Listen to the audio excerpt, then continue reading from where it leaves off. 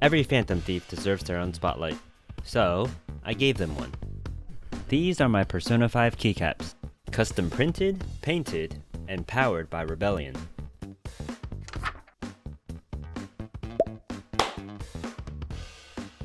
Welcome to Project Quackhead. Today I'm going to be showing you how to make these Persona 5 keycaps.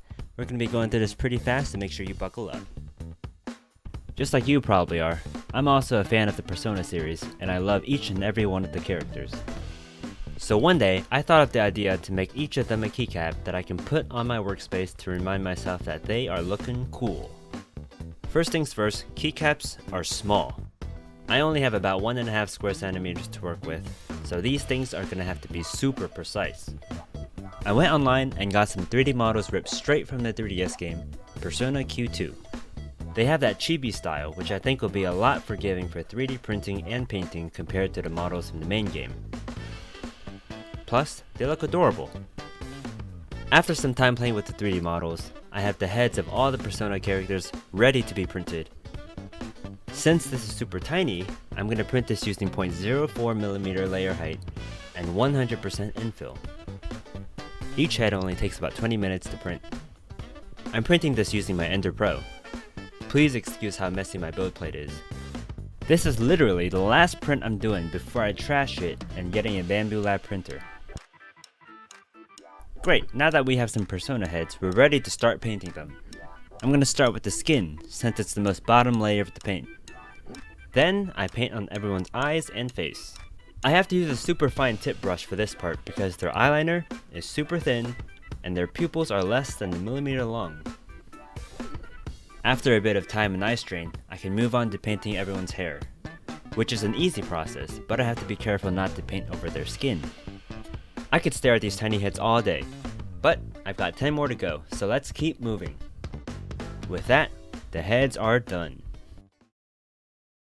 Alright, the next step is to make the base for these heads to sit on. I wanted these to look extremely stylish, so I took inspiration from the game's user interface.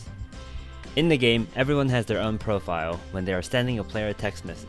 I'll be replicating this box here. Every character also has their own box color, which I'm going to make where LED light from the keyboard will be able to pass through, so this will look pretty amazing. These were pretty easy to model. I also took the extra effort to add everyone's codenames to the front of the base in the Persona style font. Now that we have all the bases printed, it's time to start painting again. I painted the whole thing red and then outlined the text and box in black and white. I'm super excited to put these together. On to the next step. It's gonna get a little messy because we have to seal everything in UV resin. I bought these silicone keycap molds from Etsy and I got straight to work. First, I add a little resin on the top to get the head to stick to the base. Using a nail lamp, the resin hardens after a few seconds. Now I can do the rest of the keycap.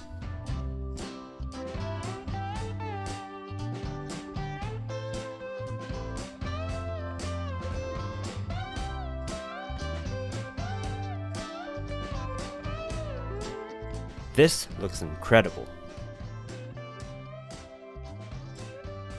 I have to cut off the excess resin with pliers.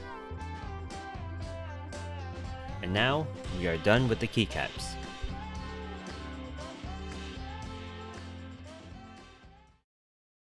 Why stop at the keycaps though? Let's make a whole numpad as well.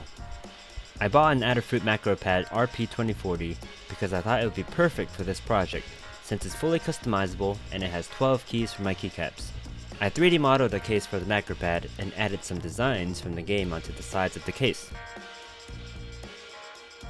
After printing this, I can finally throw away my printer and start painting designs on the sides.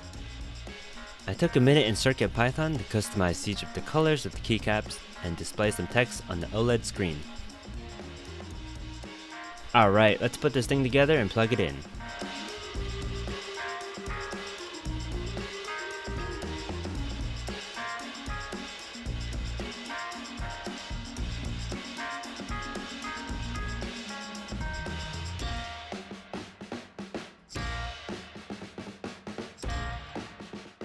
And there we have it.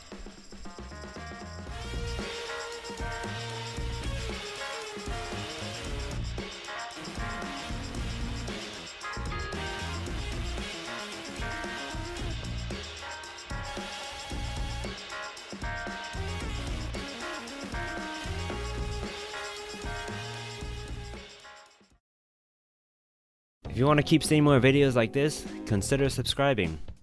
I don't have any subscribers as of making this video, but every subscription going forward will support me in the future.